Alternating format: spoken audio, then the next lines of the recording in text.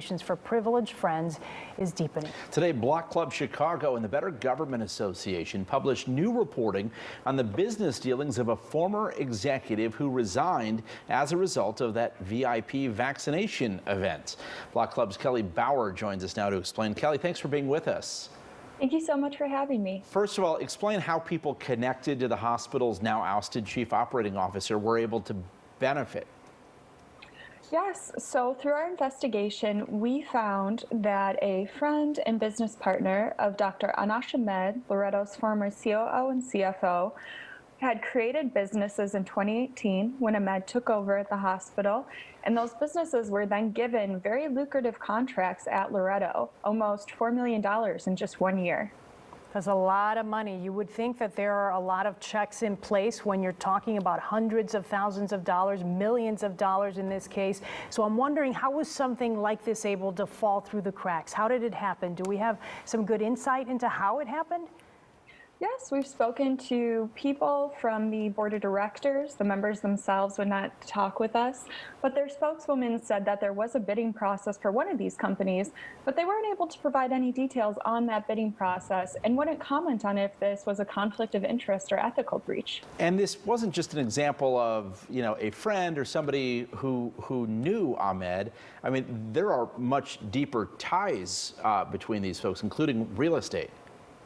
Yes, we've spoken to many sources who have said that these two are close friends. They even live next door to each other in Trump Tower, and they have multiple businesses together in hemp and real estate. Okay, so that tells us a little bit about what's been going on. Have they responded to any of this? What are they saying? I'm sure they've got something to say on it. So the various spokespeople we've talked to have said that these businesses helped Loretto, but what we found is actually that first year when Dr. Ahmed became COO at Loretto and these contracts were awarded, the hospital lost $12 million, which is significantly more than the about $5 million it had lost the year before.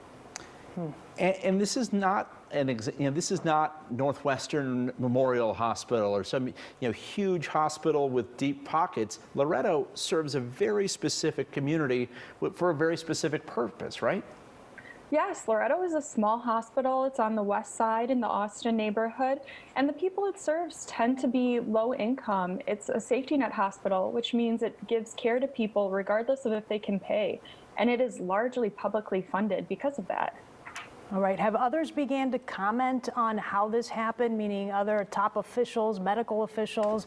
Are they starting to look into this? Because I would imagine after your story, that would lead into some sort of investigation to make sure that this doesn't happen again. We're certainly interested in finding out if officials are looking into this or if they also have questions after our reporting. All righty, Kelly Bauer, you and your team at Block Club Chicago have done such great reporting on Loretto Hospital and this whole kind of VIP vaccination event, and now even more chapters in the story. Thanks for being with us. Thank you so much.